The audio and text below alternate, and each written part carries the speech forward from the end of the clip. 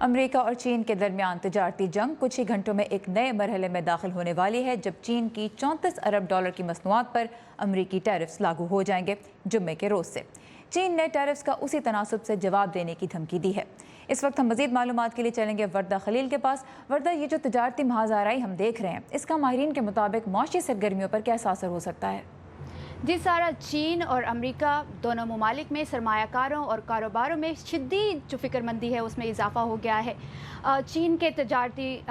جو ترجمان ہیں، حکومتی ترجمان نے پریس کانفرنس کی ہے اور انہوں نے بتایا ہے کہ چین جو ہے وہ امریکہ کے ہاتھوں بلیک میل نہیں ہوگا اور نہ ہی اس کی دھمکیوں کے آگے جھکے گا۔ ان کا یہ بھی کہنا تھا کہ امریکہ نے تجارتی جنگ کا آغاز کر کے پوری دنیا میں آگ لگا دی ہے۔ ماہرین اس بارے میں کیا کہتے ہیں، جانتے ہیں اس رپورٹ میں۔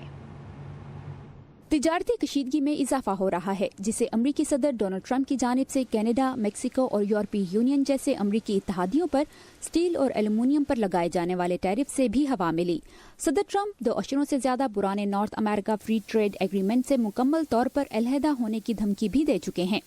6 جولائی کی ڈیڈ لائن سرمایہ کاروں کو فکر مند کر رہی ہے، جب امریکہ چینی مصنوعات پر 34 بلین ڈالر کے محصولات کا اطلاق کرے گا۔ چین نے امریکی کاروں اور زرعی اشیاء پر برابر کے ٹیرف لگا کر جواب دینے کا وعدہ کیا ہے، جبکہ کینیڈا اور 28 رکنی یورپی یونین نے مشہور امریکی اشیاء پر اپنے ٹیرف لگانے کا اعلان کیا ہے، جس میں ہارلی ڈیوڈسن موٹر سائیکلز اور کنٹکی بربن بھی شامل ہیں۔ صدر ٹرمپ کا کہنا ہے کہ امریکہ کے تجارتی اتحادیوں نے سالوں تک امریکہ سے فائدہ اٹھایا ہے اور تجارتی جنگ جیتنا آسان ہوگا،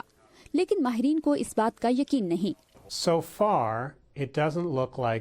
ابھی تک ایسا نہیں لگتا کہ اب تک لگائے جانے والے ٹیرف سے امریکی معیشت کو خاص نقصان پہنچا ہے، لیکن اگر یہ سلسلہ جاری رہا، جیسے اگر صدر ٹرمپ گاڑیوں پر ٹیرف کا اطلاق کرتے ہیں، یا اگر چین نہ صرف امریکہ پر ٹیرف لگا دے بلکہ امریکی ملٹی نیشنل کمپنیز کو دھمکانا شروع کر دے یا اپنی کرنسی کی قدر میں کمی ہونے دے، تو یہ نہ صرف امریکہ بلکہ پوری دنیا میں کہیں بری معاشی صورتحال اختیار کر سکتی ہے۔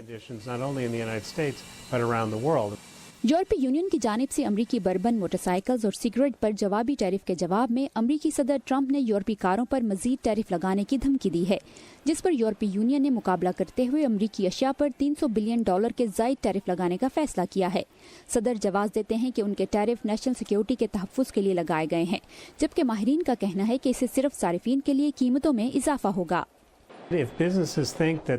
اگر کاروباروں کو لگے گا کہ گزشتہ 2 اشروں سے جاری اسٹریٹجی کو تجارت اور سرمایہ کاری کے لیے رکاوٹ بنایا جا رہا ہے اور ان کا نقصان ہو رہا ہے، تو نوکریوں اور سرمایہ کاری کو روکا جا سکتا ہے، جس سے انتہائی برے اثرات پیدا ہوں گے۔ پیر کے روز صدر نے ورلڈ ٹریڈ آرگنائزیشن کو خبردار کیا ہے کہ اگر امریکہ کے ساتھ غیر مساوی سلوک کیا گیا تو وہ کئی اہم اقدام اٹھا سکتے ہیں۔ تجزیہ کاروں کے خیال میں وہ قدم واضح نہیں، لیکن یہ واضح ہے کہ امریکی صدر کی جانب سے مارچ میں گلوبل ٹریڈ وار کے خطرے کی وجہ سے وال اسٹریٹ کو کافی نقصان پہنچا ہے۔ جی، ایک جرمن اخبار کے مطابق جرمنی میں امریکہ کے سفیر نے ہارلے